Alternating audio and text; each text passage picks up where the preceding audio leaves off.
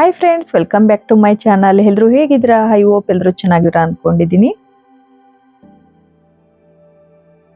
ಇವತ್ತಿನ ರೆಸಿಪಿಯಲ್ಲಿ ನೀವು ನೋಡ್ತಾ ಇರೋ ಹಾಗೆ ಕೇಸರಿ ಬಾತ್ನ ಪರ್ಫೆಕ್ಟ್ ಆಗಿ ಹೋಟೆಲ್ ಸ್ಟೈಲಲ್ಲಿ ಯಾವ ರೀತಿ ಮಾಡೋದು ಅಂತ ನೋಡೋಣ. ನಾನು ಇಲ್ಲಿ ಒಂದು ಮೀಡಿಯಂ ಬೌಲಲ್ಲಿ ರವೆ ತಗೊಂಡಿದ್ದೀನಿ. ನೆಕ್ಸ್ಟ್ ಕಾಜು, ಕಿಸ್ಮಿಸ್, ಒಂದು 4ರಿಂದ 5 ಲವಂಗ, ಹಾಗೆ ಏಲಕ್ಕಿ ಕಾಯಿ ಮತ್ತು ಸ್ವಲ್ಪ ಕಲ್ಲರ್ಗೆ ಅಂತ ಹೇಳ್ಬಿಟ್ಟು ಕೇಸರ್ ತೊಗೊಂಡಿದ್ದೀನಿ. ನೀವು ಇಲ್ಲಿ ಕೇಸರ್ ಬದಲಿಗೆ ಕೇಸರ್ ಫುಡ್ ಕಲರ್ನಾದರೂ ತೊಗೋಬೋದು. ಹಾಗೆ ನಾನು ಒಂದು ಸ್ಟವ್ ಮೇಲೆ ಕಡಾಯಿನ ಇಟ್ಬಿಟ್ಟು ನಾನಿಲ್ಲಿ 3 to 4 ಸ್ಪೂನು ತುಪ್ಪ ಹಾಕ್ಬಿಟ್ಟು ಕಾಜು ಮತ್ತು ಕಿಸ್ಮಿಸ್ನ ಫ್ರೈ ಮಾಡ್ಕೊಳ್ತಾ ಇದ್ದೀನಿ. ಒಂದು ಪ್ಲೇಟಿಗೆ ಕಾಜು ಮತ್ತು ಕಿಸ್ಮಿಸ್ನ ಫ್ರೈ ಮಾಡಿ ಎತ್ತಿಟ್ಕೊಳ್ತಾ ಇದ್ದೀನಿ. ಕಾಜು ಮತ್ತು ಕಿಸ್ಮಿಸ್ನ ಲೋ ಫ್ಲೇಮಲ್ಲಿ ಇಟ್ಕೊಬಿಟ್ಟು ಫ್ರೈ ಮಾಡ್ಕೊಳ್ಳಿ. ಫುಲ್ ಫ್ಲೇಮಲ್ಲಿ ಇಡಕ್ಕೆ ಹೋಗಬೇಡಿ, ಎಲ್ಲ ಸೀದೋಗ್ಬಿಡುತ್ತೆ. ಅದಕ್ಕೋಸ್ಕರ ತುಪ್ಪ ಇರುತ್ತೆ ನೋಡಿ, ನಾನು ಡ್ರೈ ಫ್ರೂಟ್ಸ್ನ ಫ್ರೈ ಮಾಡ್ಕೊಂಡಿದ್ದೆ. ಅದೇ ತುಪ್ಪಕ್ಕೆ ಒಂದು 4 ಏಲಕ್ಕಿ ಕಾಯಿನ ಜಜ್ಜಿ ಹಾಕ್ಕೊಳ್ತಾ ಇದ್ದೀನಿ. ಹಾಗೆ ಒಂದು 4 ಲವಂಗನೂ ಸಹ ಆ್ಯಡ್ ಮಾಡಿದ್ದೀನಿ. ಅದೇ ತುಪ್ಪಕ್ಕೆ ಒಂದು ಬೌಲಲ್ಲಿ ರವೆ ಏನು ತೊಗೊಂಡಿದ್ದೀನಿ ನೋಡಿ, ಆ ರವೆನ ಅದೇ ತುಪ್ಪದಲ್ಲಿ ನೀಟಾಗಿ ಹುರ್ಕೋಬೇಕಾಗುತ್ತೆ. ಫುಲ್ ಫ್ಲೇಮಲ್ಲೆಲ್ಲ ಇಡಕ್ಕೆ ಹೋಗಬೇಡಿ, ಮೀಡಿಯಮ್ ಫ್ಲೇಮಲ್ಲಿ ರವೆನ ಹುರ್ಕೊಳ್ತಾ ಇದ್ದೀನಿ. ರವೆ ಕಲ್ಲರು ಬ್ರೌನ್ ಕಲರ್ ಬರಬೇಕು, ಅಲ್ಲಿವರೆಗೂ ಒಂದು 3 to 4 ಮಿನಿಟ್ಸು ರವೆನ ನೀಟಾಗಿ ಹುರ್ಕೊಳ್ಳಿ. ನೀಟಾಗಿ ಕೈ ಆಡಿಸ್ತಾನೆ ಇರಬೇಕು. ಏನಾದ್ರು ಕೈ ಆಡ್ಸೋದು ಬಿಟ್ವಿ ಅಂದರೆ ತಳ ಎಲ್ಲ ಸೀದೋಗ್ಬಿಡುತ್ತೆ. ಅದಕ್ಕೋಸ್ಕರ ಒಂದು 3 to 4 ಮಿನಿಟ್ಸ್ವರೆಗೂ ಸಹ ಕೈ ಆಡಿಸ್ತಲೇ ಇರಿ.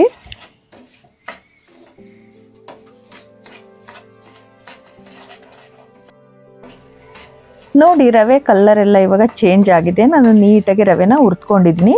ರವೆ ಈ ಕಲ್ಲರಿಗೆ ಬರಬೇಕು, ಅಲ್ಲಿವರೆಗೂ ಸಹ ರವೆನ ನೀಟಾಗಿ ಫ್ರೈ ಮಾಡ್ಕೊಳ್ಳಿ. ರವೆನ ಹುರಿಬೇಕಾದ್ರೇ ನಾನು ಪಕ್ಕದ ಸ್ಟವ್ ಮೇಲೆ ನೀರನ್ನ ಕುದಿಲಿಕ್ಕೆ ಇಟ್ಕೊಂಡಿದ್ದೆ. ನೋಡಿ, ನೀರು ಇವಾಗ ಕುದ್ದಿದೆ. ನಾನು ರವೆಗೆ ನೀರನ್ನ ಆ್ಯಡ್ ಮಾಡ್ತಾ ಇದ್ದೀನಿ. ನಾವು ಯಾವ ಬೌಲು ಇಲ್ಲ ಗ್ಲಾಸ್ ತೊಗೊಂಡಿರ್ತೀವಿ ನೋಡಿ, ಅದೇ ಮೆಜರ್ಮೆಂಟ್ ಪ್ರಕಾರ ನಾವು 3 ಪಟ್ಟು ನೀರನ್ನ ಆ್ಯಡ್ ಮಾಡಬೇಕಾಗುತ್ತೆ. ನಾನು ನೋಡಿ ಇದೇ ಬೌಲಲ್ಲಿ ನಾನು ರವೆನ ತೊಗೊಂಡಿದ್ದೆ, ಅದಕ್ಕೋಸ್ಕರ ಇದೇ ಬೌಲಲ್ಲಿ 3 ಪಟ್ಟು ನೀರನ್ನ ಆ್ಯಡ್ ಮಾಡ್ತಾ ಇದ್ದೀನಿ ಇವಾಗ ರವೆಗೆ.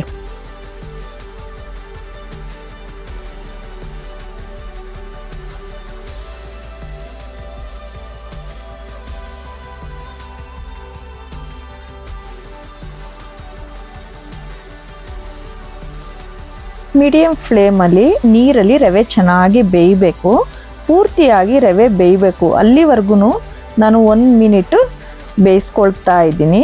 ಸೊ ನೋಡಿ, ಇವಾಗ ರವೆ ಚೆನ್ನಾಗಿ ಬೇಯ್ತಾ ಇದೆ, ಗಟ್ಟಿ ಆಗ್ತಾ ಬರ್ತಾ ಇದೆ, ನೀವು ನೋಡ್ತಾ ಇರ್ಬೋದು.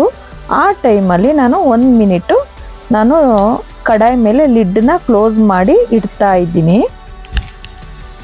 ಆವಾಗ ರವೆ ಕರೆಕ್ಟಾಗಿ ಬೆಂದಿರುತ್ತೆ ನೋಡಿ. ಅರ್ಧ ನಿಮಿಷದಿಂದ 1 ನಿಮಿಷ ಬಿಟ್ಟಿದ್ದೆ ನಾನು. ನೋಡಿ, ತುಂಬ ಸಾಫ್ಟಾಗಿ ಚೆನ್ನಾಗಿ ಇವಾಗ ಬೆಂದಿದೆ. ನಾನು ತಿರುಗಿಸ್ಬಿಟ್ಟು ತೋರಿಸ್ತಾ ಇದ್ದೀನಿ ನಿಮಗೆ. ನೋಡಿ ಎಷ್ಟು ಸಾಫ್ಟಾಗಿ ಬೆಂದಿದೆ ಅಂತ ಹೇಳ್ಬಿಟ್ಟು. ಈ ರೀತಿ ಮುಚ್ಚಿಡೋದ್ರಿಂದ ಒಂದು ಅರ್ಧ ನಿಮಿಷ ಇಲ್ಲ 1 ನಿಮಿಷ ತುಂಬ ಸಾಫ್ಟಾಗಿ ಬೇಯುತ್ತೆ. ನೋಡಿ, ಇವಾಗ ನೀರೆಲ್ಲ ಸೀದೋಗಿದೆ. ಈ ಟೈಮಲ್ಲಿ ನಾನು ಸಕ್ಕರೆನ ಸೇರಿಸ್ಕೊಳ್ತಾ ಇದ್ದೀನಿ. 1 ಬೌಲ್ ರವೆಗೆ 1.5 ಬೌಲ್ ಸಕ್ಕರೆನ ನಾನು ಸೇರಿಸ್ಕೊಳ್ತಾ ಇದ್ದೀನಿ. ನೀವು ಎಷ್ಟು ಸ್ವೀಟ್ ಇಷ್ಟಪಡ್ತೀರಾ ಅನ್ನೋದ್ರ ಮೇಲೆ ಡಿಪೆಂಡ್ ಆಗಿರುತ್ತೆ. ನೀವು ತುಂಬ ಜಾಸ್ತಿ ಸ್ವೀಟ್ಸ್ನ ಇಷ್ಟಪಡೋರಿದ್ರೆ ಒಂದು 2 ಬೌಲ್ ಸಕ್ಕರೆನ ಸೇರಿಸ್ಕೊಳ್ಬೋದು. ರವೆ ಜೊತೆಗೆ ಸಕ್ಕರೆ ಮಿಕ್ಸ್ ಮಾಡ್ಕೊಳ್ತಾ ಇದ್ದೀನಿ. ರವೆ ಜೊತೆಗೆ ಸಕ್ಕರೆ ಬೇಗನೆ ಮಿಕ್ಸ್ ಆಗಿಬಿಡುತ್ತೆ. ಸೊ ಈ ಥರ ಮಿಕ್ಸ್ ಮಾಡ್ತಾ ಇದ್ದೀನಿ. ಲೋ ಫ್ಲೇಮಲ್ಲಿ ನೀಟಾಗಿ ಬೇಯಿಸ್ಕೊಳ್ಬೇಕಾಗುತ್ತೆ ಒಂದು 2 ಮಿನಿಟ್ಸು. ನೋಡಿ, ಇವಾಗ ಪೂರ್ತಿ ಬೆಂದಿದೆ. ಈ ಟೈಮಲ್ಲೇ ನಾನು ಒಂದು ಸ್ವಲ್ಪ ಕೇಸರನ್ನ ಆ್ಯಡ್ ಮಾಡ್ಕೊಳ್ತಾ ಇದ್ದೀನಿ. ನೀವು ಕೇಸರ್ ಬದಲಾಗಿ ಫುಡ್ ಕಲರ್ನೂ ಸಹ ಸೇರಿಸ್ಕೊಳ್ಬೋದು. ನಾನು ಇಲ್ಲಿ ನಿಮಗೆ ತೋರಿಸ್ಲಿಕ್ಕೆ ಅಂತ ಹೇಳ್ಬಿಟ್ಟು ಎರಡನ್ನೂ ಸಹ ಸ್ವಲ್ಪ ತೋರಿಸ್ತಾ ಇದ್ದೀನಿ. ಫುಡ್ ಕಲರ್ ಹಾಕಿ ಆದಮೇಲೆ ನೀವು ಬೇಗ ಮಿಕ್ಸ್ ಮಾಡ್ಕೊಳ್ಬೇಕಾಗುತ್ತೆ. ಕೇಸರಿ ಬಾತು ಬೇಗ ಗಟ್ಟಿ ಆಗಿಬಿಡುತ್ತೆ. ಅದಕ್ಕೋಸ್ಕರ ನೋಡಿ, ಫುಡ್ ಕಲರ್ನೂ ಸಹ ನಾನು ಆ್ಯಡ್ ಮಾಡ್ತಾ ಇದ್ದೀನಿ. ಅದು ನಿಮಗೆ ಬಿಟ್ಟಿದ್ದ ಆಪ್ಷನಲ್. ಒಂದು ಸ್ವಲ್ಪ ಆ್ಯಡ್ ಮಾಡ್ತಾ ಇದ್ದೀನಿ ನಾನು. ಫುಡ್ ಕಲರ್ ಹಾಕಿ ಮಿಕ್ಸ್ ಮಾಡ್ಕೊಂಡಾದ್ಮೇಲೆ ನಾನು ಒಂದು ಅರ್ಧ ಬೌಲು ತುಪ್ಪನ ಆ್ಯಡ್ ಮಾಡ್ಕೊಳ್ತಾ ಇದ್ದೀನಿ. ನಾನು ರವೆ ಹುರಿಬೇಕಾದ್ರೆ ತುಪ್ಪದಲ್ಲಿ ಚೆನ್ನಾಗಿ ಹುರಿದಿದ್ದೆ, ಅದಕ್ಕೋಸ್ಕರ ಬರೀ ಅರ್ಧ ಬೌಲು ತುಪ್ಪನ ಹಾಕ್ಬಿಟ್ಟು ಮಿಕ್ಸ್ ಮಾಡ್ಕೊಳ್ತಾ ಇದ್ದೀನಿ. ತುಪ್ಪ ಹಾಕ್ಬಿಟ್ಟು ನೀವು ಚೆನ್ನಾಗಿ ಮಿಕ್ಸ್ ಮಾಡ್ಕೊಳ್ಳಿ. ನೋಡಿ, ತುಪ್ಪ ಚೆನ್ನಾಗಿ ಮಿಕ್ಸ್ ಆಗಿದೆ ರವೆಯಲ್ಲಿ. ಇವಾಗ ಫೈನಲಾಗಿ ಕಡಾಯಿಲಿ ಸೈಡಲ್ಲೆಲ್ಲ ತುಪ್ಪ ಬಿಟ್ಕೊಳ್ಳೋಕೆ ಶುರುವಾಯಿತು.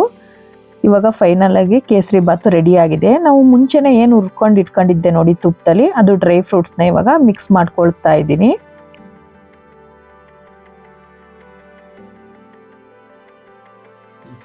ಫ್ಲೇವರ್ಗೆ ಅಂತ ಹೇಳ್ಬಿಟ್ಟು ಅರ್ಧ ಟೀ ಸ್ಪೂನ್ ಏಲಕ್ಕಿ ಪೌಡ್ರನ್ನ ಮಿಕ್ಸ್ ಮಾಡ್ತಾ ಇದ್ದೀನಿ. ನೋಡಿ ಇವಾಗ ಮಿಕ್ಸ್ ಮಾಡಿ ತೋರಿಸ್ತೀನಿ ಟೆಕ್ಸ್ಚರ್ ಎಷ್ಟು ಚೆನ್ನಾಗಿ ಬಂದಿದೆ ಅಂತ ಹೇಳ್ಬಿಟ್ಟು.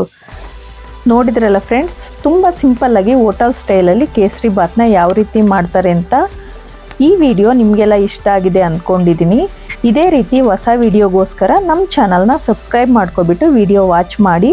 ಹಾಗೆ ನಿಮ್ಮ ಫ್ರೆಂಡ್ಸ್ಗೆ ರಿಲೇಟಿವ್ಸ್ಗೆ ಈ ವಿಡಿಯೋನ ಶೇರ್ ಮಾಡಿ. ಓಕೆ ಫ್ರೆಂಡ್ಸ್, ಮತ್ತೊಂದು ರೆಸಿಪಿಯ ಜೊತೆ ಸಿಗೋಣ. ಅಲ್ಲಿವರೆಗೂ ಟೇಕ್ ಕೇರ್, ಬಾಯ್ ಬಾಯ್.